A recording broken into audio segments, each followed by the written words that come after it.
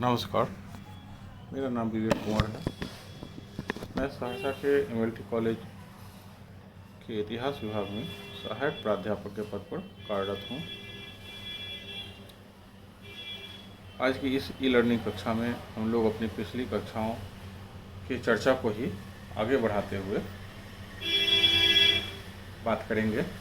पिछली कक्षाओं में हम लोगों ने चर्चा की थी कि सल्तनत काल में क्या क्या तकनीकी बदलाव हुए और उनका क्या प्रभाव पड़ा अर्थव्यवस्था के ऊपर, प्रशासन के ऊपर, आम जनजीवन के ऊपर क्या प्रभाव पड़ा और किस प्रकार इन बदलावों ने आर्थिक पहलुओं को, खासकर अर्थव्यवस्था के ऊपर हम लोग जो अपने आप को फोकस कर रहे हैं, तो अर्थव्यवस्था को इन चीज़ों के प्रयोग से, इन चीज़ों के आविष्कारों से किस प्रकार सहायता मिली।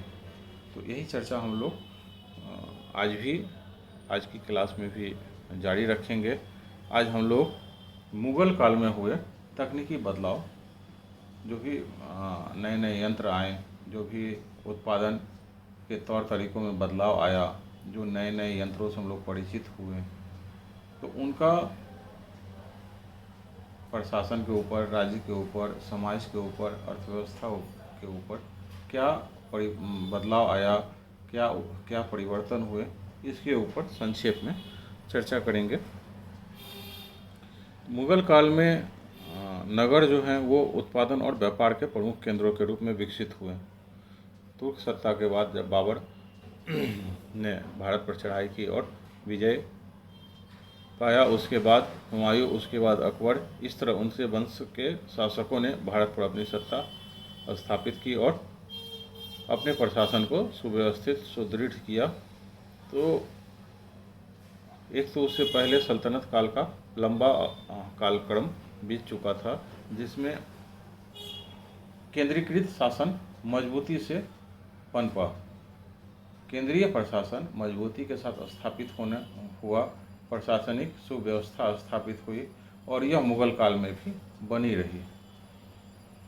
तो प्रशासनिक सुव्यवस्था, केंद्र की मजबूत स्थिति ने बाजार को नए नए उत्पादन केंद्र के रूप में विकसित किया, या इन उत्पादन केंद्रों को या इन बाजार को नए शहरों के रूप में विकसित होने में सहायता पहुंचाई, क्योंकि प्रशासनिक सुव्यवस्था बनी हुई थी।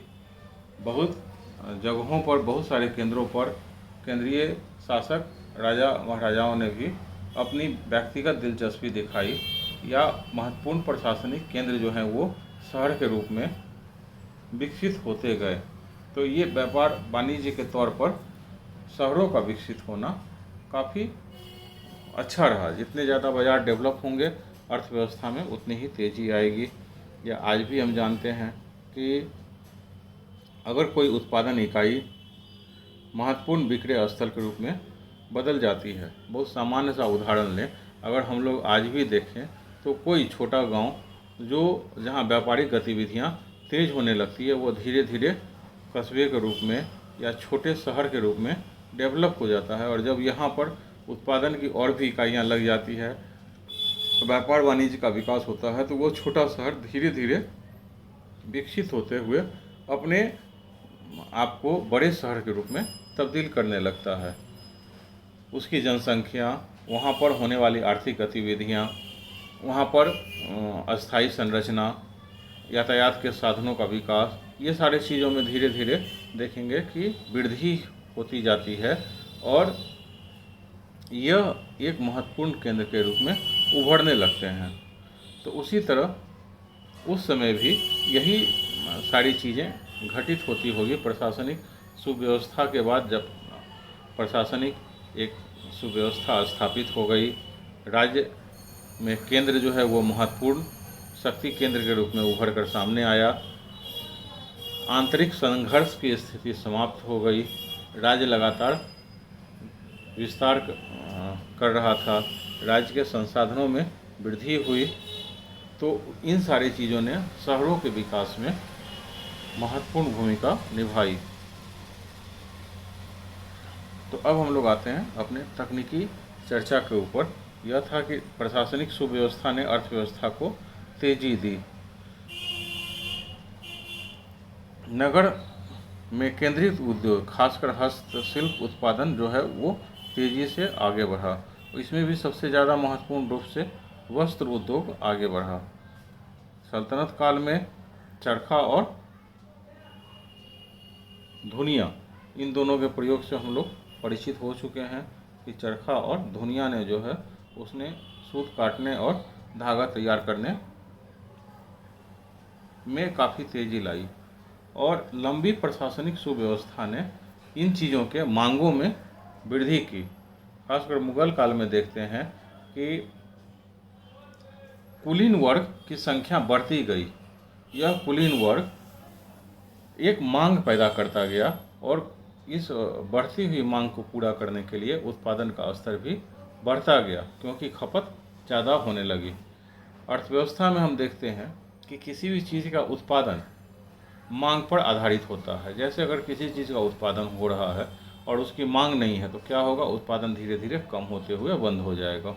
यदि किसी चीज़ का उत्पादन हो रहा है और उसकी मांग भी तेज है तो उत्पादन का स्तर भी बढ़ता जाएगा, उत्पादन में वृद्धि होती जाएगी और अतिरिक्त आय जो है वो बढ़ता जाएगा। तो उत्पादन, उपभोग और खपत, यह चक्र जो है वो अर्थव्यवस्था में चलता है। उत्पादन जो है वो उपभोग के लिए होता है, खपत के लिए होता है।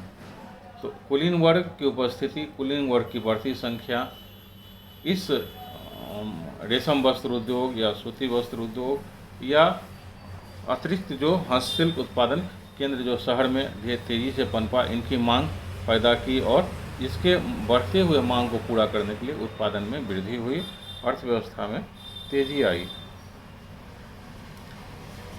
मुगल काल में खनिज पदार्थ और धातु उद्योग काफ़ी विकसित अवस्था में था।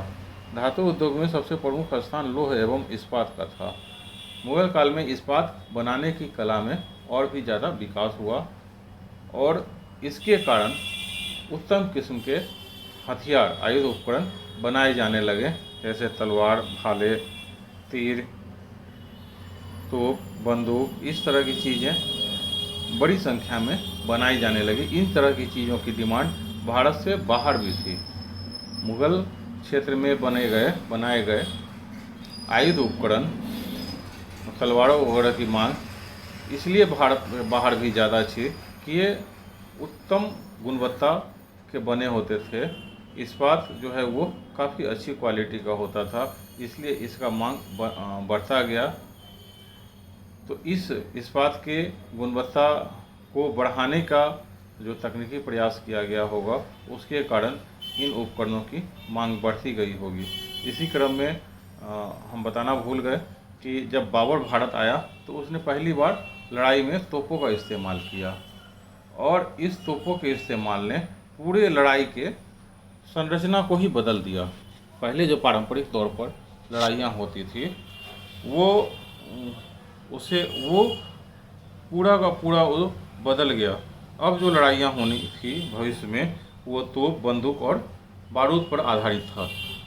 तो बाबर ने जो तोपों के प्रयोग से भारतीयों को परिचित करवाया, यह तोप जो है यह बाद में रक्षा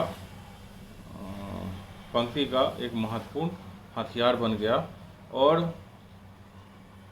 तोपों के निर्माण और बंदूकों के इस्तेमाल ने तकनीकी रूप से इस तरह के उत्पादन में, जो अभी हम लोग चर्चा कर रहे हैं कि इस्पात की गुणवत्ता बढ़ी और आयुध उपकरण का उत्पादन बढ़ा, तो इस तरह के उत्पादों को बढ़ाने में काफ़ी सहायता पहुंचाई। इन उपकरणों की मांग भारत के दूसरे क्षेत्रों और विदेशों में काफ़ी ज़्यादा थी, जिससे राज्य बेचकर मुनाफा कमाता था, आर्थिक रूप से फायदे की स्थिति में रहता था। आज भी हम देखते हैं, वर्तमान विश्व में भी जब देखें तो सभी देश, विश्व के अधिकांश देश अपने जीडीपी का एक अच्छा खासा हिस्सा अपने रक्षा व्यय पर खर्च करते हैं। यह रक्षा व्यय अपने सैनिकों के ऊपर किया जाने वाला खर्च, सैनिकों के लिए खरीदने वाले या रक्षा के लिए खरीदे जाने वाले उपकरणों के ऊपर किया जाने वाला खर्च है। जो उपकरणों की खरीद, अनुसंधान रक्षा संबंधी गतिविधियों, सैनिक गतिविधियों से जुड़े हुए मसलों पर खर्च किया जाता है। इसमें भी एक बड़ा हिस्सा जो है वो दूसरे देशों के साथ हथियारों को, औजारों को खरीदने में खर्च किया जाता है।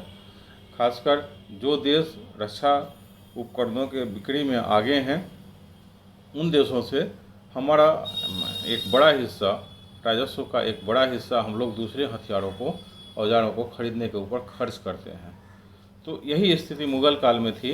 मुग़ल काल में मुग़ल क्षेत्र में बने हुए आयुध उपकरणों की मांग भारत से बाहर दूसरे क्षेत्रों में भी काफ़ी अधिक संख्या में थी। इसकी गुणवत्ता काफ़ी अच्छी होती थी। इसी कारण से ये राजस्व का एक अच्छा खासा, राजस्व संग्रह का एक अच्छा उद्योग बन गया, जिससे राज्य को कमाई होती थी। इस तरह के चीज़ों में तलवारें, तीर, भाले, तोप, बंदूक की नाल, कवच वगैरह, लोहे के घोड़े की नाल, छोटे छोटे औजार, इन तरह की चीज़ों का इस्तेमाल होता था। इसके अलावा मुग़ल काल में सोने, चांदी और बहुमूल्य रत्नों से बने विभिन्न प्रकार के आभूषण उद्योग को भी काफ़ी सहायता पहुंची। पहले भी चर्चा कर चुके कि कुलीन वर्ग की संख्या बढ़ी, राज्य की आय बढ़ी, प्रशासनिक सुव्यवस्था ने व्यापार वाणिज्य में वृद्धि लाई, तो विलासिता संबंधी वस्तुओं पर खर्च बढ़ा। सोने, चांदी और बहुमूल्य पदार्थ के रत्नों की मांग बाजार में तेज हुई। इससे कसीदाकारी, पच्चीकारी, धातु पर जो काम किया जाता है, सुनारों का, लोहारों का, या विभिन्न प्रकार के कलात्मक वस्तुओं का निर्माण, हाथी दांत से बनाए जाने वाले विभिन्न प्रकार के कलात्मक उपकरण, इन सारी चीज़ों की मांग बढ़ी। और इस स्तर पर जो तकनीकी सुधार हुए, तकनीकी रूप से जो जानकारियाँ आई पच्चीकारी में, धातुकारी में, शिल्पकारी में, तो इसने विविध प्रकार के हस्तशिल्प और छोटे प्रकार के उत्पादन को काफ़ी संख्या में बढ़ावा दिया। काफ़ी संख्या नहीं, काफ़ी मात्रा में बढ़ावा दिया। और भारत से बाहर भी इन चीज़ों की मांग पैदा हुई। खास करके उच्च वर्ग में इस तरह की मांगें अधिक पैदा हुई, और यह लघु स्तर पर कुटीर उद्योग या लघु उद्योग के रूप में जो है व्यापार वाणिज्य पर काफ़ी सकारात्मक रूप से इन चीज़ों ने असर डाला और अतिरिक्त आय पैदा करने में सहायता प्राप्त की। इसी प्रकार देखते हैं कि आभूषण निर्माण, मतलब इन चीज़ों से जुड़े हुए आभूषण निर्माण की दक्षता और उसके बनाए गए सुंदर उत्पादनों की मांग देश विदेश में काफ़ी ज़्यादा थी, और इससे इस वर्गों ने आर्थिक रूप से काफ़ी मुनाफा भी कमाया। अर्थव्यवस्था में वृद्धि हुई, क्योंकि अतिरिक्त आय जो देश के अंदर आई, यह राजस्व वृद्धि के साथ साथ उत्पादन के विभिन्न क्षेत्रों में सहायता पहुंचाई। इसी प्रकार केवल धातु ही नहीं, लकड़ी, चमड़े, शीशे, इस तरह की चीज़ों, इस तरह के कलात्मक चीज़ें भी बड़ी संख्या में बनाई गई। विभिन्न प्रकार के, इससे जुड़े हुए विभिन्न प्रकार के उद्योगों में तकनीकी विकास हुए, जैसे हीरे की कटाई, हीरे की छटाई, चमक लाने की कला, या कपड़े रंगाई की कला, क्या कसीदाकारी की कला, तो इन सारी चीज़ों के जुड़ी हुई तकनीकी जानकारियाँ या तकनीकी निपुणता के कारण इन उद्योगों का काफ़ी विकास हुआ। और ये छोटे छोटे उत्पादन केंद्र, शहर केंद्रित या बाजार केंद्रित ये उत्पादन केंद्र, या स्थानीय बाजार पर आधारित ये उत्पादन केंद्र देखते हैं कि मुग़ल काल में काफ़ी विकसित हुए। जब अंग्रेज़ भारत आए या कुलीन वर्ग का नाश हुआ, जब अंग्रेजी सत्ता का विस्तार हुआ और देसी कुलीन वर्ग का नाश हुआ, तो इससे जुड़े हुए जितने भी इस तरह के बाज़ार थे, ये धीरे धीरे घटते गए, क्योंकि इनकी मांग घटती गई। जो इनका उपभोक्ता वर्ग था उसे अंग्रेज़ों ने समाप्त कर दिया। तो ये केवल उपभोक्ता वर्ग जो समाप्त हुआ तो उत्पादन वर्ग पर भी उसका असर पड़ा और ये बेरोजगारी बढ़ती गई। जब हम लोग चर्चा करते हैं आधुनिक भारत में आर्थिक उद्योगों का नाश, हस्तशिल्प का नाश या कुटीर उद्योगों का विनाश या अंग्रेज़ों का ईस्ट इंडिया कंपनी का भारत पर आर्थिक प्रभाव, तो उसमें हम लोग ये सारी चीज़ों को देखते हैं कि इस तरह के कुलीन उद्योगों का कुलीन वर्गों का नाश होने से किस तरह भारत के तत्कालीन रूप से पनपे लघु और कुटीर उद्योग जो इस तरह की चीज़ों से व्यवसाय से जुड़े हुए थे वो धीरे धीरे समाप्त हो गए, बेरोजगार हो गए, इस तरह के व्यवसाय समाप्त हो गए और इसी कारण से अर्थव्यवस्था में गिरावट आती है।